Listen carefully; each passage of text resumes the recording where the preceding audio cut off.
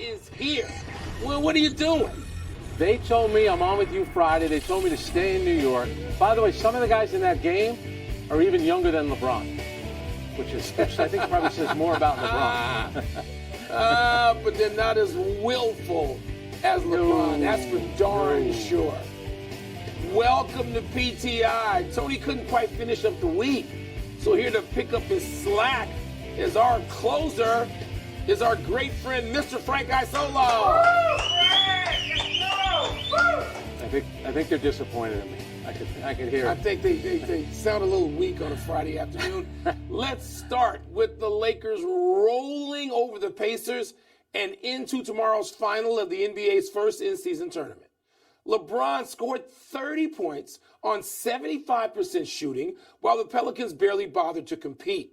Final margin, 44 points. Frank, what's the headline to you? The Lakers win or the Pels no-show?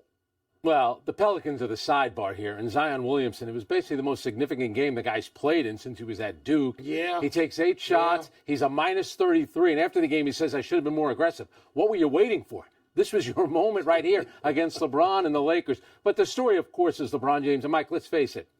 Whoever was skeptical about this tournament, I'm not going to mention any names, but this tournament needed a player of LeBron's stature and status and greatness to play well and to take it seriously like he did, when we know a lot of other players did as well. Jason Tatum was upset when the Celtics lost. Obviously, Giannis last night was upset after the Bucks lost. But LeBron playing like this in that moment, he's still the best player out on the court.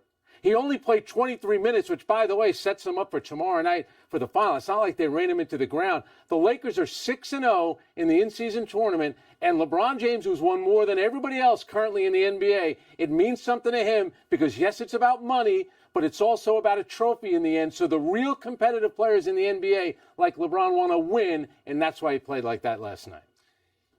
Yeah, Frank, I'm going to go further. LeBron has separated himself in this tournament, and I don't even care about the tournament. It's great that he's undefeated. I don't care about any of that.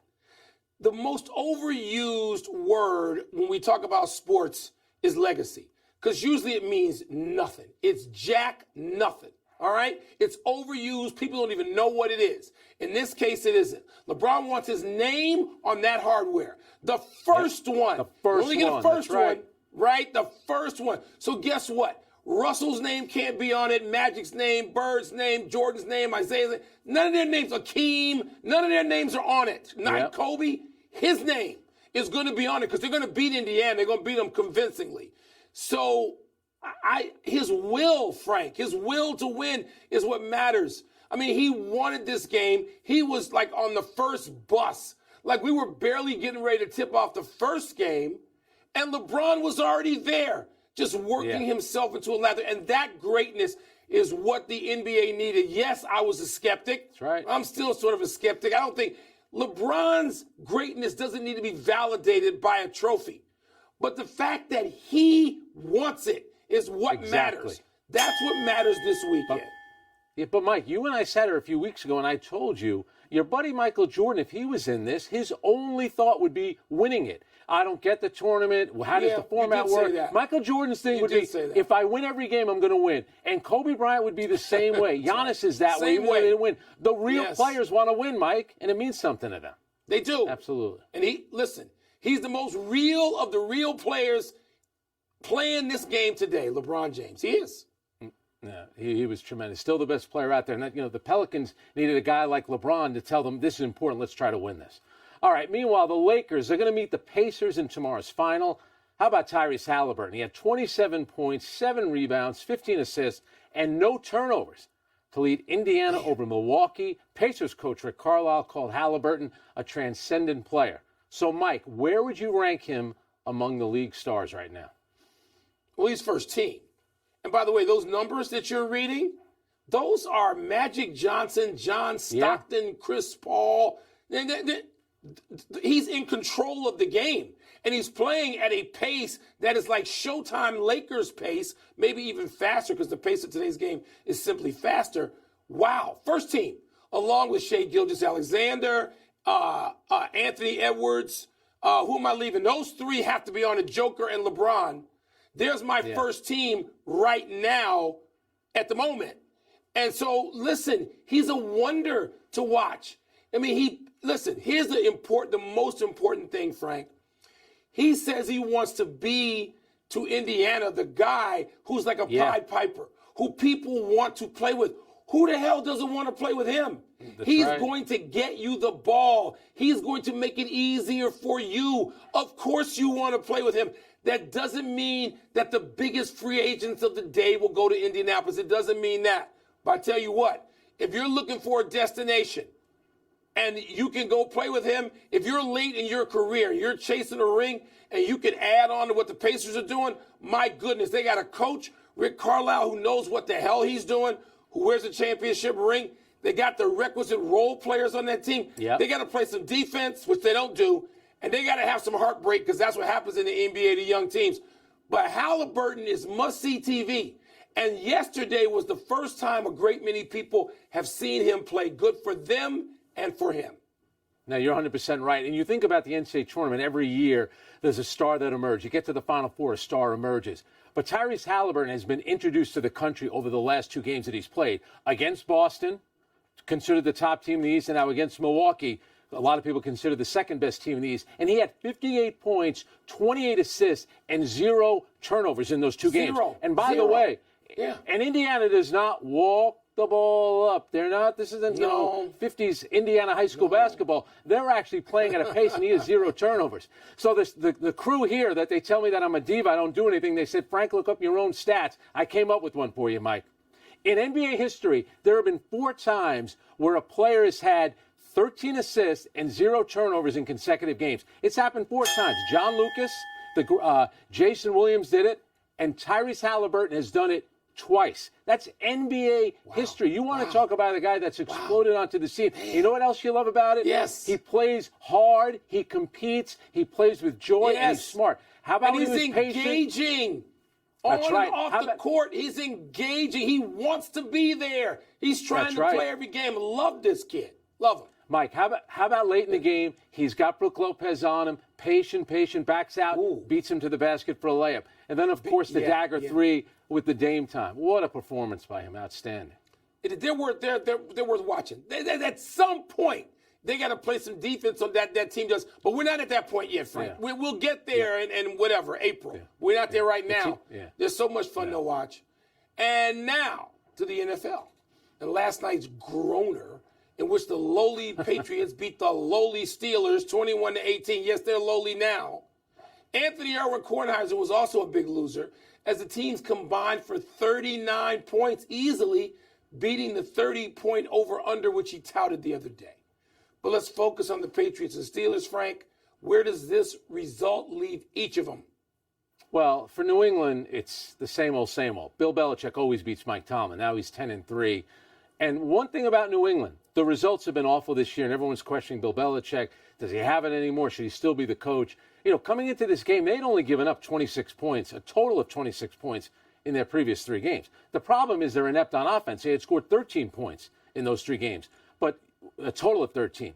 But the defense and the team, I don't believe they've quit on Bill Belichick, and last night proved it. But if you're the Pittsburgh Steelers, over the course of 5 days, are you really losing at home to the Cardinals and then New England? You started out 6-3. You're now 7-6. And a couple of weeks ago, you fire offensive coordinator, which is something the Pittsburgh Steelers don't do. They don't make moves like that in season. Middle of the season. Because players in the locker room are complaining. Well, how's it working out? You've lost the last 2 games, and players are still complaining in the locker room. It wasn't the offensive coordinator's fault. Last night they went for it on 4th and 2. They're throwing a fade pattern on 4th and 2 with the game on the line. It's a disaster right now the last 5 days for Pittsburgh. Yeah, Frank, it is. And this is not about the coach. I'm not going to turn this into a referendum on the great Mike Tomlin. They're not any good. Sometimes we don't want to say that anymore. We want to find all these million excuses with layers of analytics. The Patriots have no offense to speak of, and their defense has been great. And at least the guys on that side of the ball are not just buying into Bill Belichick, but doing their jobs, to quote somebody in a hoodie. The Pittsburgh Steelers aren't any good. So we can look. The only thing that may keep them in this is that so many teams in today's NFL are not any good. They're just not any good. They're just layers of teams out there like that. And maybe the Steelers will get enough of a whiff of them to make the playoffs in the last couple of weeks, but they're not. let's knock the Steelers off the radar for a couple of those weeks. Yeah. We're taking a break, but coming up, Michigan is reportedly working on a contract extension for Jim Harbaugh. What's the word for that? And how important is it for the Chiefs to beat the Bills on Sunday? Yeah. Are you getting warm weather out there at least? I saw you with a jacket on last I had to go buy a coat. I had to go buy an overcoat to be on the set last night. People don't realize that. Pardon me.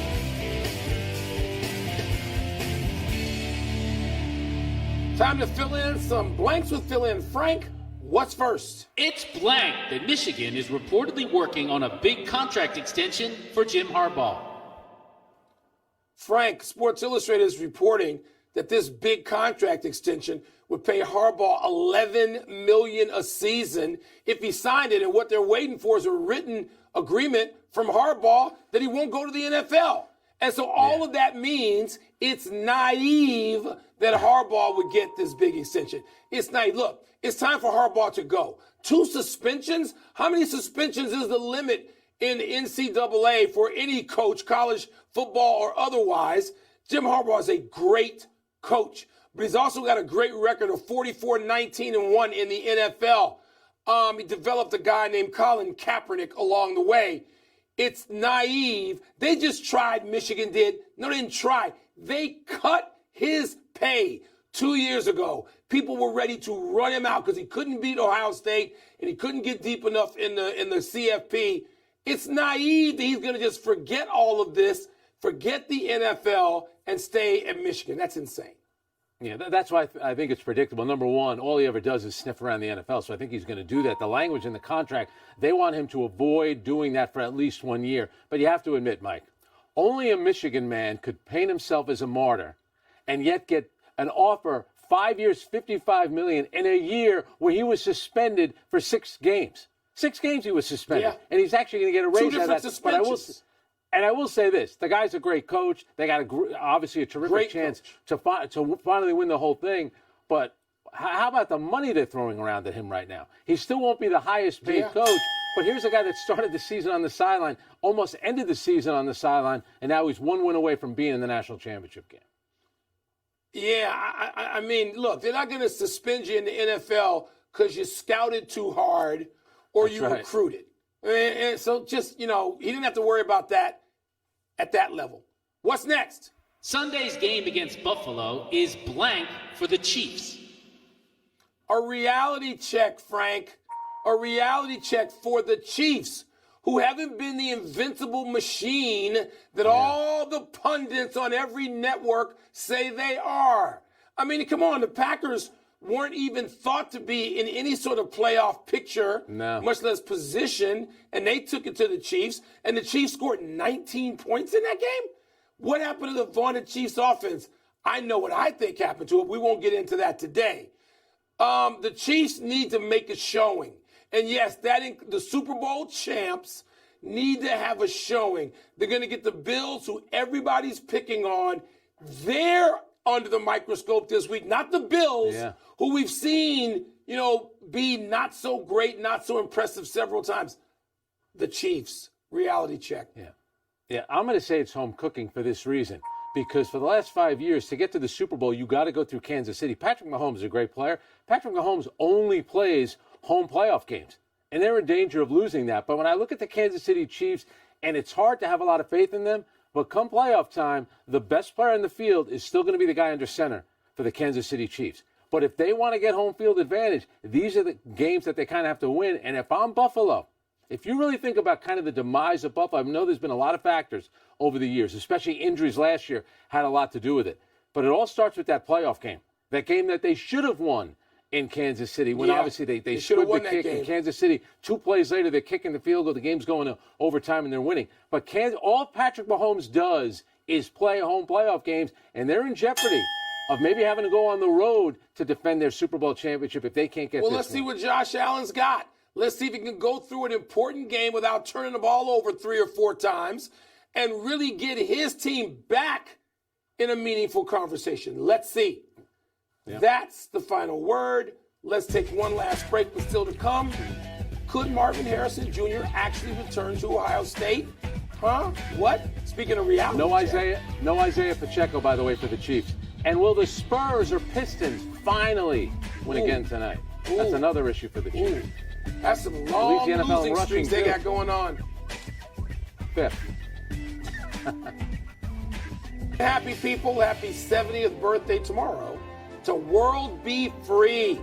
Born Lloyd Bernard Free, the guard got nicknamed World by junior high friends in Brooklyn who saw him as All World, and later he legally changed it.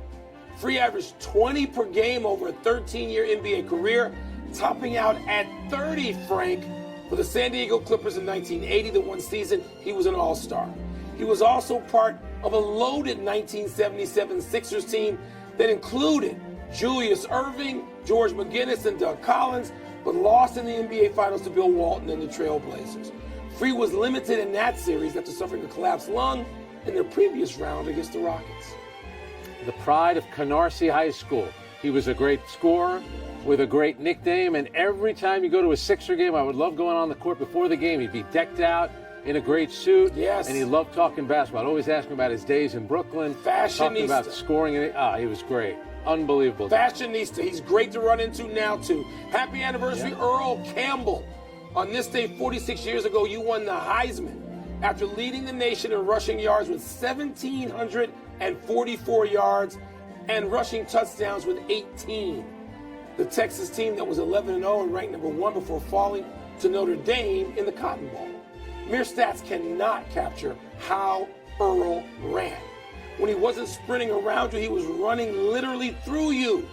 A few months later, the Houston Oilers took Earl first overall in the NFL draft, and he rewarded them in his first season by winning Rookie of the Year and Offensive Player of the Year, then winning League MVP in his second season.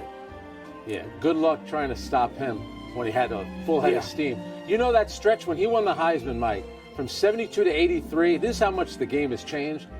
11 straight running backs won the Heisman Trophy. Yeah. Guys like Johnny Rodgers, George Rogers, Marcus Allen, Charles White, Because some Mike analytics Rozier. guy will tell you Earl Campbell couldn't help you. He'll tell you that. Herschel Walker was in that group. To the NFL draft for Marvin Harrison Jr., the Ohio State star receiver and Heisman finalist, says he's still undecided as to whether he'll enter the upcoming draft. Harrison told reporters yesterday one of his goals this season was to beat Michigan for the first time in his college career, but the Buckeyes fell short in that regard. Quote, so I think that's a great motive to come back, close quote. Harrison finished this season with more than 1,200 receiving yards for the second consecutive season, but if he comes back, he'll have a different quarterback throwing to him. It's Kyle McCord, who was also his high school teammate, I think they played together like 5 or 6 seasons, has entered the transfer portal. So his former high school teammate is in the portal. Does he go in the portal if he knows that Harrison is coming back? And why would he I get it. Beating Michigan is a great thing for him. I understand the whole rivalry. Michigan, Ohio State. Why would you come back? The guy is NFL ready. There's too much money at stake. I'm not. It makes for a good story. He's not coming back. Want to see him in the midnight blue and orange, baby. We're running out of show, Frank, so let's jump to the big finish. Mike McCarthy said he feels good after having his appendix removed. Plans to coach Sunday night against the Eagles. Your thoughts? I understand why he'd want to come back. He just got out of the hospital. But, Mike, worry about your health a little bit. But it is funny. When they're winning, you don't hear a lot about Mike McCarthy. When they're losing, you hear his name and Dak Prescott an awful lot. You don't really hear his name. He's got to be out there. Sorry, he's got to be out there. We'll see. The Jags say Trevor Lawrence will likely be a game-time decision against the Browns. What's your reaction? I'd be hesitant. I think the Jaguars ought to be able to beat the Browns, no matter whether it's Joe Flacco or DTR at quarterback for Cleveland. Warriors at Thunder tonight. I know you are intrigued. Absolutely. Shai Gilgeous-Alexander, Steph Curry. You know, the last time the Warriors played, even though they won, Steve Kerr was saying, our offense, we're getting off to such a slow start. He's actually thinking about changing the starting lineup. Do you think that could mean Klay Thompson? That would be interesting. Might have to. Will the Pistons or the Spurs finally end their losing streaks tonight? Pistons are not winning in Orlando. Spurs could beat the Bulls at home in San Antonio, but the Bulls have won 3 straight. I'm going to say both teams keep their losing ways going. Last one. Army-Navy tomorrow. I don't know if you've ever been to that game, but who you got in this one? All right, both teams are 5-6. Army won 2017 in double overtime last year. They've won 5 of the last 7. But where I'm from, you go for Army because it's right up the road. What a beautiful place that is on the Hudson. We're out of time. Thanks for watching. I'm Frank Isola. And I'm Mike Wilbon. Have a great weekend, Knuckleheads. Grant Thornton Invitational, first co-ed competition, PGA and LPGA in 25 years. Tony Finau and Nelly Korda shot 16 under 56. Don't try that at home.